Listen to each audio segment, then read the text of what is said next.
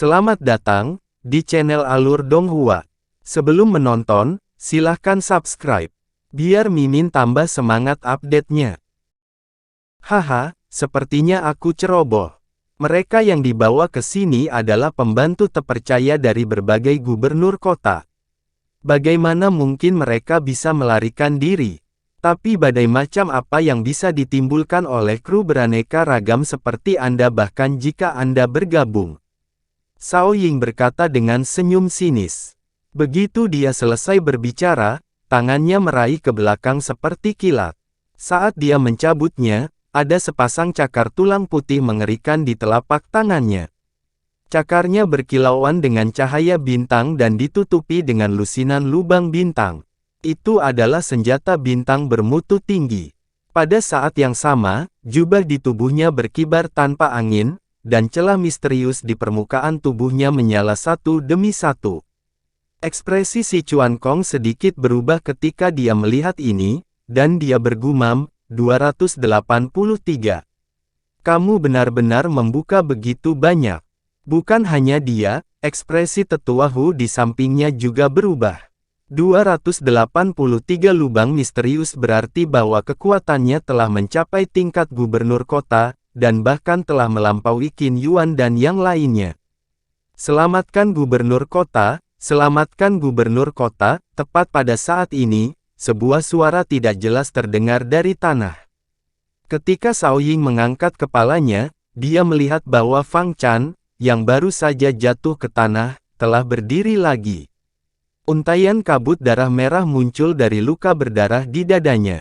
Daging yang robek menggeliat, dan pulih sedikit demi sedikit dengan cepat.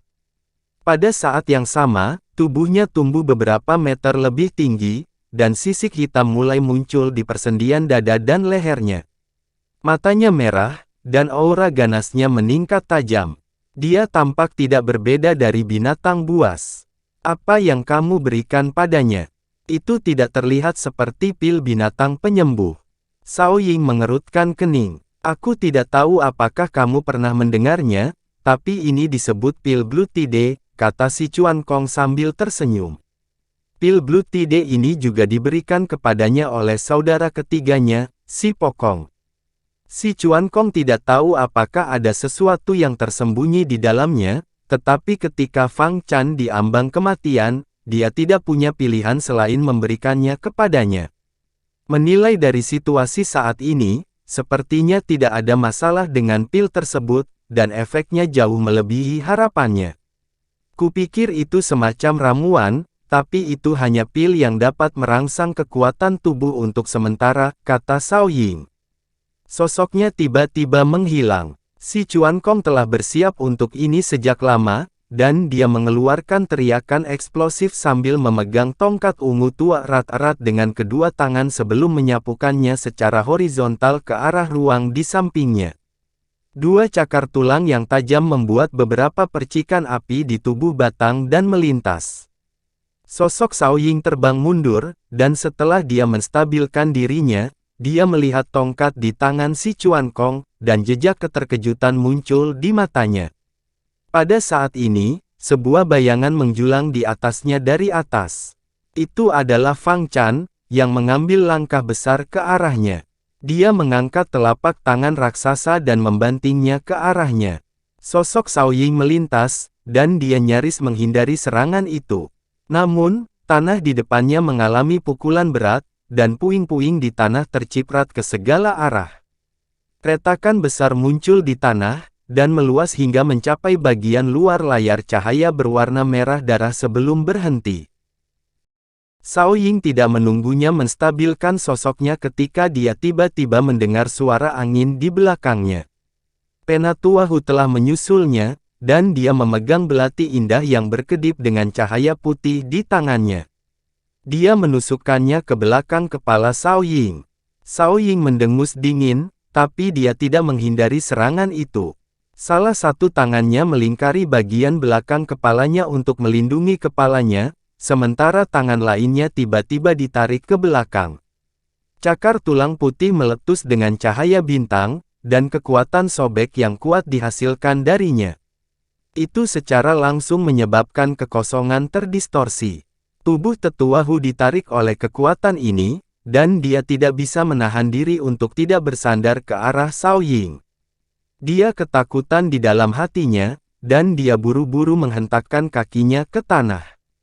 Kedua kakinya tenggelam ke batu ubin besar di tanah, dan dia hampir tidak bisa menghentikan tubuhnya. Namun, sosok Cao Ying sudah berbalik, dan menyerangnya tanpa menunggu dia merasa sedikit lega. Untungnya, Si Chuan Kong dan Fang Chan sudah menyusulnya, dan mereka mencegatnya. Mereka bertiga bergabung untuk melawannya.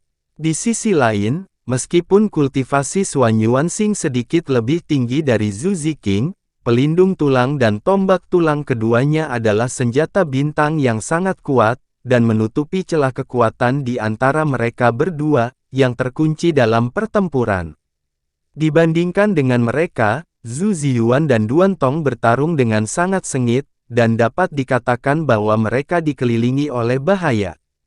Pada saat ini, rune ungu dan hitam pada kulit terbuka Duan Tong semuanya menyala, seolah-olah itu adalah jimat yang terbakar, memancarkan gelombang aura yang menghanguskan.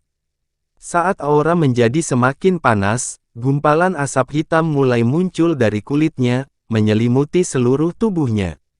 Bahkan lubang yang dalam di tubuhnya tidak dapat dilihat dengan jelas. Setelah Zhu Ziyuan menjentikkan tombaknya, dia menjauh dari Duan Tong, dan sedikit ketakutan muncul di matanya. Tampaknya dibandingkan dengan turnamen seni bela diri 5 kota terakhir, kultivasi Anda telah meningkat pesat. Zhu Ziyuan tidak bisa tidak memuji. Awalnya aku ingin menang melawan wanita itu, Gu Qianxun.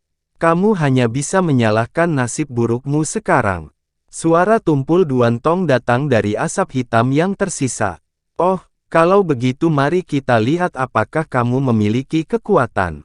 Zhu Ziyuan dengan santai menjawab, dan melirik Zhu Ziqing dari sudut matanya. Kamu berani terganggu saat melawanku. Kamu mencari kematian. Duan Tong sangat marah, dan dia bergegas maju, mengangkat tangan kanannya dan menghantamkannya ke kepala Zhu Ziyuan. Tinju kanannya sudah sangat besar, dan sekarang dikelilingi oleh asap hitam, itu tampak seperti singa iblis hitam yang menggigit Zhu Ziyuan. Zhu Ziyuan mengalihkan pandangannya, mencengkeram tombak dengan kedua tangan, dan menusukkannya ke atas. Cahaya berbintang putih mengembun di ujung tombak, dan ketika bersentuhan dengan tangan kanannya, tiba-tiba meledak dengan cahaya yang menyilaukan. Ketika cahaya putih dan asap hitam bertabrakan, seolah-olah matahari yang terik menembus awan gelap. Asap hitam bergolak hebat, tapi dengan cepat mencair. Sejumlah besar asap dibakar, dan tinju Duan Tong sekali lagi terungkap. Namun, dia tidak mengepalkan tinjunya. Sebaliknya, dia menggunakan telapak tangannya untuk memegang ujung tajam tombak tulang putih itu dengan kuat. Memegang tombak dengan kedua tangan, Zhu Ziyuan meraung dan dengan keras menjentikkan tombak ke atas. Pada tombak tulang putih, stellar acu points pada tombak menyala satu demi satu. Cahaya putih yang meledak dari ujung tombak meningkat beberapa kali, dan menyebar melalui celah di antara jari-jari Duan Tong. Meski begitu, Duan Tong tidak berhenti. Sebaliknya, dia melompat ke udara dan terlempar ke udara oleh Zhu Ziyuan. Tepat pada saat ini, rune di lengan Duan Tong tiba-tiba menyala dengan cahaya merah besar, dan kabut tebal keluar dari telapak tangannya. Seperti dua ular berenang, itu melilit tombak tulang putih dan meluncur ke arah Zhu Ziyuan. Melihat ini, Zhu Ziyuan sedikit mengernyit. Tangannya bergetar hebat, dan tombak tulang putih itu bergetar hebat. Hampir pada saat yang sama, semua stellar acu points di tubuh tombak meledak dengan energi stellar yang kuat, dan langsung menghancurkan kedua ular asap hitam itu menjadi bubuk. Tapi sebelum dia bisa menstabilkan tombaknya, suara yang tajam tiba-tiba terdengar dari ujung tombak. Setelah itu, dia melihat bahwa ujung tombak tulang persenjataan bintangnya tampaknya telah benar-benar membusuk, dan menjadi hitam. Dari ujung tombak ke batang tombak, itu benar-benar hancur. Oh tidak, Itu racun zombie. Saat Zhu Ziyuan hendak mundur, tubuhnya tiba-tiba menegang, dan dia mengerutkan kening. Dia hanya merasa kakinya seperti dipenuhi timah, dan menjadi sangat berat. Belum lagi berbalik, bahkan bergerak sedikit pun menjadi sangat sulit. Lengan tongsuanku telah lama disempurnakan dengan racun zombie, kamu bisa mati dengan damai. Teriak Duan Tong, dan meninju ke arah Zhu Ziyuan. Kabut hitam mengembun di kepalan tangan raksasa di lengan kanannya, seperti awan hitam yang menekan kota, dan kekuatan penindas yang tak tertandingi datang runtuh. Kakak laki-laki, Zhu Ziqing melihat pemandangan ini dari jauh, dan berteriak keras. Saat dia terganggu, telapak tangan Xuan Yuanxing mengenai bahunya, dan pelindung tulang di bahunya meledak. Tubuhnya langsung terbang keluar seperti karung yang rusak. Melihat ini, mata Zhu Ziyuan menyipit, dan kemarahan melonjak di matanya. Semua titik akupuntur mendalam di tubuhnya menyala, dan tubuhnya, yang sudah sulit untuk digerakkan, tiba-tiba berputar, dan menghindari pukulan Duan Tong. Suara keras terdengar, dan sebuah lubang yang dalam meledak di tanah. Asap dan debu beterbangan kemana-mana. Sama seperti semua orang terkunci dalam pertempuran sengit, tidak ada yang memperhatikan bahwa di langit di luar aula utama, angin kencang melolong. Awan kuning yang bergulung seperti domba yang digiring oleh seseorang, berkumpul ke arah ini dari segala arah. Di bawah selubung awan kuning yang menutupi langit dan matahari, area di bawah dengan aula utama sebagai pusatnya gelap gulita, seperti dasar pot. Awan yang menumpuk semakin tebal, lapis demi lapis, dan di bawah kendali kekuatan misterius, secara bertahap membentuk pusaran air besar yang seperti badai. Di tengah, ada lubang hitam pekat, seperti matanya, dengan dingin menatap aula utama di bawah. Lengkungan petir yang tebal melompat masuk dan keluar dari pusaran awan, dan suara gemuruh yang teredam terdengar tanpa henti. Tidak lama kemudian, pusaran air itu sudah berukuran puluhan ribu kaki, dan kekuatan yang sangat kuat dipupuk di dalamnya. Itu telah terakumulasi untuk waktu yang lama, tetapi telah bertahan dan tidak dirilis. Di aula utama, di antara 5 orang dalam formasi darah menangis, kecuali Eko, 4 lainnya lumpuh total di atas kepala patung. Semua wajah mereka pucat pasi, dan tubuh mereka gemetar. Sun Tu dan yang lainnya sepertinya sudah menyerah untuk melawan, dan mata mereka redup, hampir putus asa. Meskipun kepala Chen yang tertunduk, dan ekspresinya putus asa, ada kecemasan dan kekhawatiran yang tidak dapat disembunyikan di kedalaman matanya.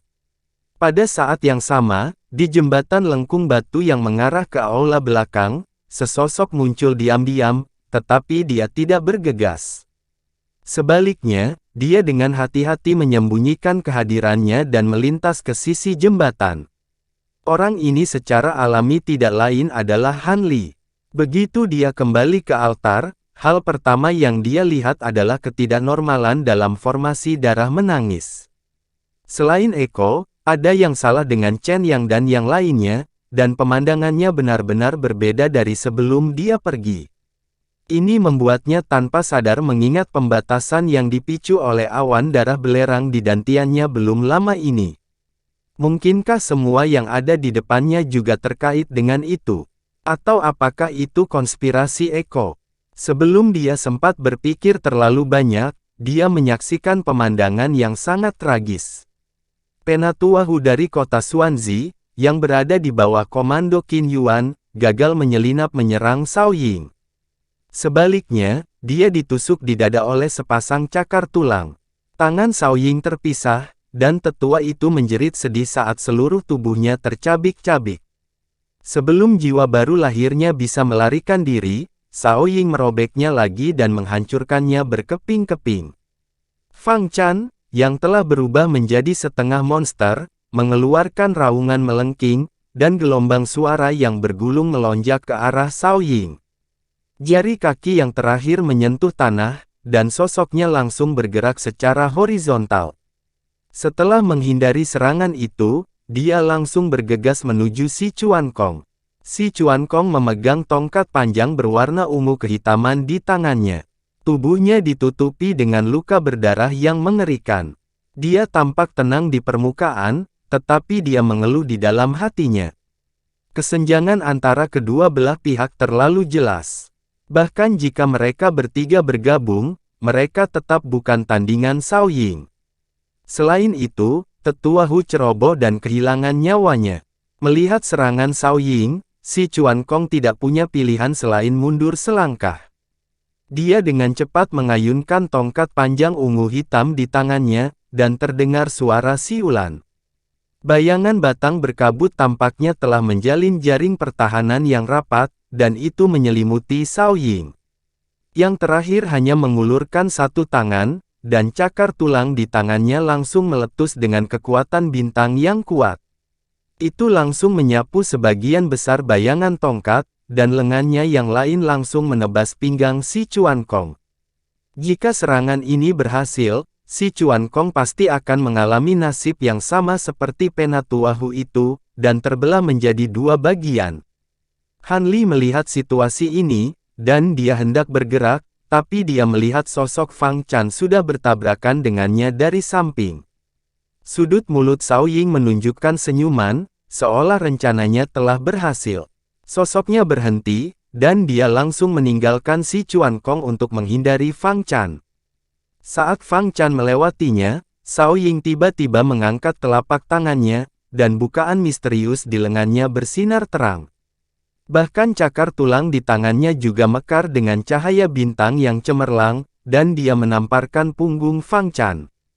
Punggung pemuda berwajah babi itu segera meledak dengan cahaya bintang yang terang, dan kekuatan agung yang bisa menjatuhkan gunung dan menjungkirbalikkan lautan menyembur keluar. Itu langsung meledakkan punggungnya menjadi kekacauan berdarah, dan seluruh tubuhnya dikirim terbang. Tubuh besar Fang Chan tidak bisa berhenti bergerak, dan langsung mematahkan pagar batu di tepi altar, dan jatuh ke jurang yang gelap gulita di bawah. Si Chuan Kong melihat pemandangan ini, dan ekspresinya tiba-tiba berubah. Dia ingin menyelamatkannya, tapi sudah terlambat. Jangan khawatir, kamu berikutnya.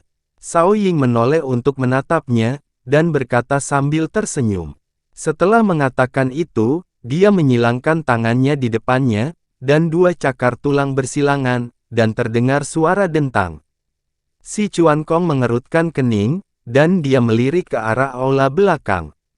Matanya tiba-tiba berkedip sedikit, dan dia perlahan membuka mulutnya, memegang tongkat panjang ungu kehitaman dengan kedua tangan, dan berkata, "Bawa saja." Cao Ying mencibir, dan bukaan misterius di kakinya tiba-tiba menyala.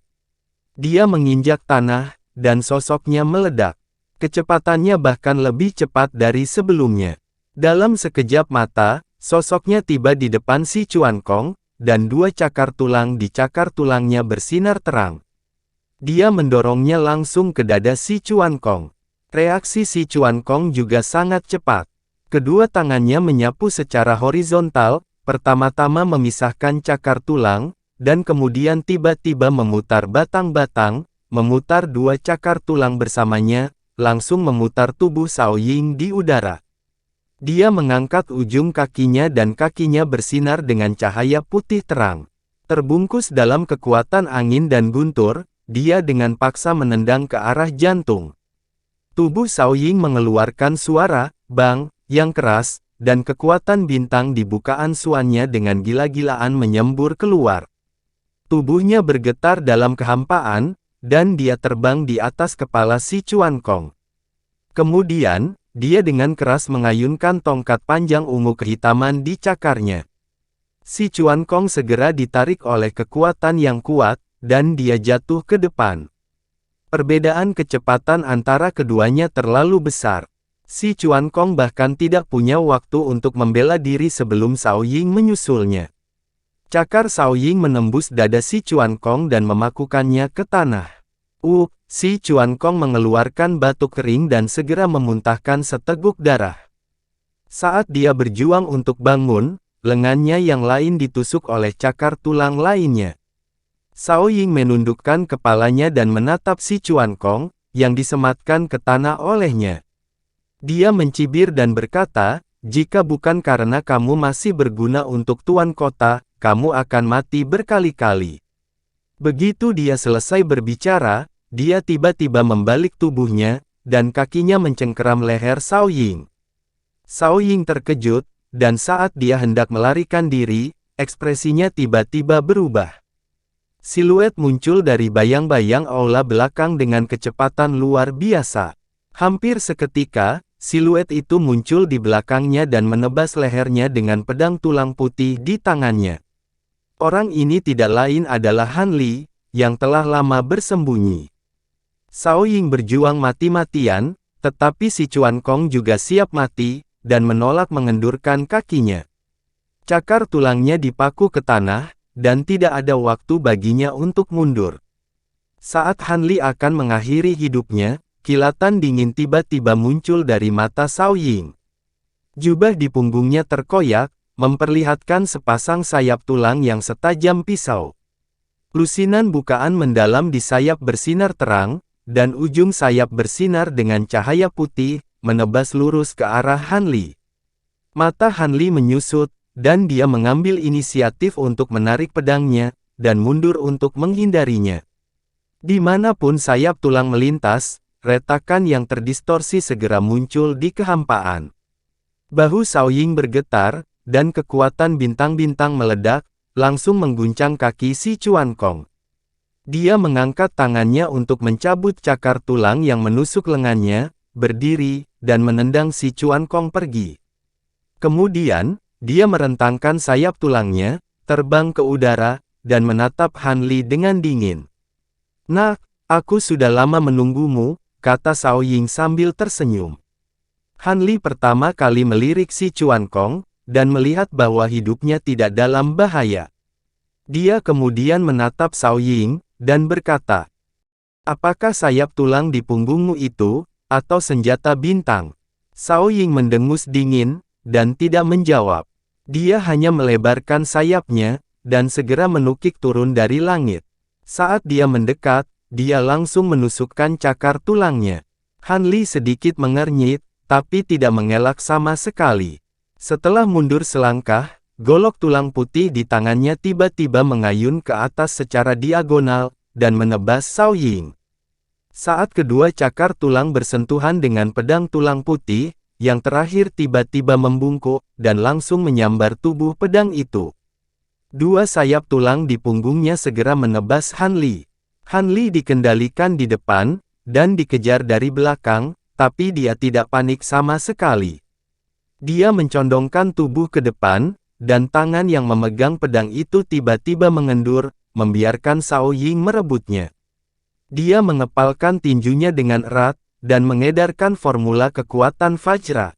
Cahaya putih melingkari lengannya, dan dia dengan keras meninju dada Cao Ying. Kecepatan pukulan ini sangat cepat, dan sampai batas tertentu, itu meningkatkan jarak antara dia dan sayap tulang. Tanpa diduga, itu mengenai dada Cao Ying selangkah lebih maju, dan dentuman keras terdengar. Cao Ying hanya merasa jantungnya berhenti berdetak selama beberapa tarikan napas, dan dia merasakan perasaan sesak di dadanya. Kemudian, dia dihantam oleh kekuatan besar yang dapat menumbangkan gunung dan menjungkirbalikkan lautan. Dia mengeluarkan erangan teredam, dan dikirim terbang. Namun, sebelum dia pergi, dia masih menggunakan sayapnya untuk menebas punggung Han Li. Di belakang punggung Han Li, dagingnya langsung robek, dan darah mengalir seperti air mancur. Bagian dari tulang belakang putih bahkan terlihat. Namun, dia tampaknya sama sekali tidak menyadarinya, dan sementara momentum Cao Ying belum berakhir, dia mengedarkan teknik melonjak matahari putih dan mengejarnya. Oleh karena itu, adegan yang hampir sama dengan saat Cao Ying berhadapan dengan si Chuan Kong sebelumnya muncul. Sebelum dia mendarat, Han Li menyusulnya, dan sebuah tinju menghantam dadanya. Namun, kecepatan Cao Ying jauh lebih cepat daripada kecepatan si Chuan Kong. Dia sudah menarik lengannya, dan menyilangkannya di depan dadanya untuk memblokir tinju Han Li. Tubuh Cao Ying menabrak tepi altar, menyebabkan seluruh altar bergetar hebat. Ekre menoleh, dan sedikit keraguan muncul di matanya. Manusia ini sebenarnya sangat kuat. Shaoying memuntahkan seteguk darah, dan buru-buru mengayunkan sayap tulangnya untuk menghalangi di depannya, karena takut Han Li akan terus mengejarnya. Pada akhirnya, ketika dia melambai, dia menyadari bahwa sayap tulangnya benar-benar meleset. Dia tidak tahu mengapa Han Li sebenarnya tidak mengambil kesempatan untuk menyerang terus-menerus. Ketika dia bingung, dari sudut matanya, dia melihat sekilas tempat di dadanya yang berlumuran darah, dan sebenarnya ada jimat giok berbentuk daun tambahan dari udara tipis. Dan Han Li sudah lama mundur ke tempat yang jauh darinya, dan dengan senyum di wajahnya, dia membentuk gerakan mantra yang aneh dan sepertinya sedang melantunkan sesuatu. Shaoying merasa ngeri di dalam hatinya, dan saat dia ingin bertindak, sudah terlambat. Di permukaan jimat giok yang ternoda darahnya, banyak pembuluh darah halus menyala berturut-turut, dan cahaya menyilaukan mekar darinya. Udara di kehampaan di dekatnya tiba-tiba menyusut dan memadat di sekelilingnya, dan kemudian matahari terbit yang berkobar putih. Ledakan dahsyat bergema, dan bola cahaya putih yang menyala-nyala tiba-tiba meledak, berubah menjadi bola awan putih yang naik. Gelombang udara yang keras melonjak ke segala arah, dan setengah dari tebing altar runtuh dalam kepulan asap dan debu yang luas, meluncur ke jurang dengan suara dentuman. Tirai cahaya penghalang dari Weeping Blood Array terus-menerus ditiup oleh gelombang udara yang keras, bergetar hebat, dan cahaya berwarna darah di atasnya dengan cepat meleleh, tampaknya tidak dapat menahan dampak mengerikan yang ditimbulkan oleh Exploding Sky Talisman. Ekspresi Ge berubah, dan dia buru-buru membuat segel tangan, terus menyalurkan kekuatan yang dia peroleh dari formasi darah untuk membantu menahan dampak mengerikan dari Sky Shattering Talisman. Setengah dari altar telah runtuh, dan setengah lainnya yang terhalang oleh formasi darah untungnya selamat, dan tidak banyak terpengaruh. Beberapa lubang besar dibuka di atap aula utama, dan samar-samar orang bisa melihat bahwa di langit yang dalam di atas, ada banyak awan kuning yang berkumpul. Pergantian peristiwa yang tiba-tiba ini membuat hampir semua orang lengah. Setelah Zhu Ziyuan memaksa Duan Tong mundur dengan pukulan, dia secara naluriah merasa ada yang tidak beres di sini, dan segera sosoknya melintas, dan dia muncul di depan Suan Yuanxing, dan setelah memukulnya kembali dengan serangan telapak tangan, dia meraih lengan Ziking, dan menariknya kembali dengan cepat, ke samping Nyonya Liu Hua. Suan Yuanxing tidak terus mengejar, tetapi mundur, dan bertemu dengan Han Li dan Duan Tong, yang bergegas ke sini. Semua orang tidak terpengaruh oleh Exploding Sky Talisman, dan saat ini, melihat altar yang setengah kosong, dan Shaoying, yang telah lama berubah menjadi abu, ekspresi mereka sangat rumit. Nyonya Liu Hua adalah orang pertama yang mengenali apa Liontin Giok itu, jadi pada saat ini, tatapan yang memandang Han Li menjadi semakin rumit. Tidak jauh dari sana, kabut hitam di tubuh Duan Tong telah menghilang, dan cahaya jimat di tubuhnya menjadi sangat redup, dan seluruh tubuhnya terlihat jauh lebih kurus, hanya lengan kanan Suan Tong yang masih mempertahankan bentuk aslinya. Dia telah menyempurnakan racun zombie ke dalam lengan Suan Tong, dan melalui konsumsi kekuatan fisiknya, dia dapat meningkatkan kekuatan serangannya untuk jangka waktu tertentu. Ini awalnya adalah metode konsumsi, dan hanya bisa digunakan untuk mendapatkan keuntungan di awal. Setelah Zhu Ziyuan mengetahui hal ini, duel hidup dan mati antara keduanya menjadi pertempuran yang berlarut-larut, dan setelah sekian lama, Duan Tong secara alami mulai dirugikan.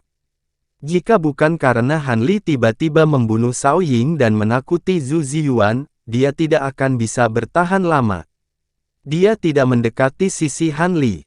Sebaliknya, dia menjaga jarak yang cukup dari kedua sisi dan terengah-engah. Ada banyak luka di tubuh Zhu Ziking, namun lukanya tidak terlalu serius. Pada saat ini, berdiri di samping kakaknya, dia tidak bisa menahan diri untuk tidak menatap Han Li dengan mata penuh kejutan, dan berkata dengan suara rendah, "Kakak, matamu sangat bagus, pria ini benar-benar tidak sederhana. Dia tidak memiliki kesan yang baik tentang Penatua Sao, yang selalu murung, jadi di dalam hatinya, dia tidak merasa bahwa dia harus menyimpan dendam terhadap Han Li." Zhu Ziyuan secara alami tahu bahwa, bagi mereka, kekuatan Han Li jelas bukan hal yang baik, dan matanya menjadi lebih serius dan menakutkan.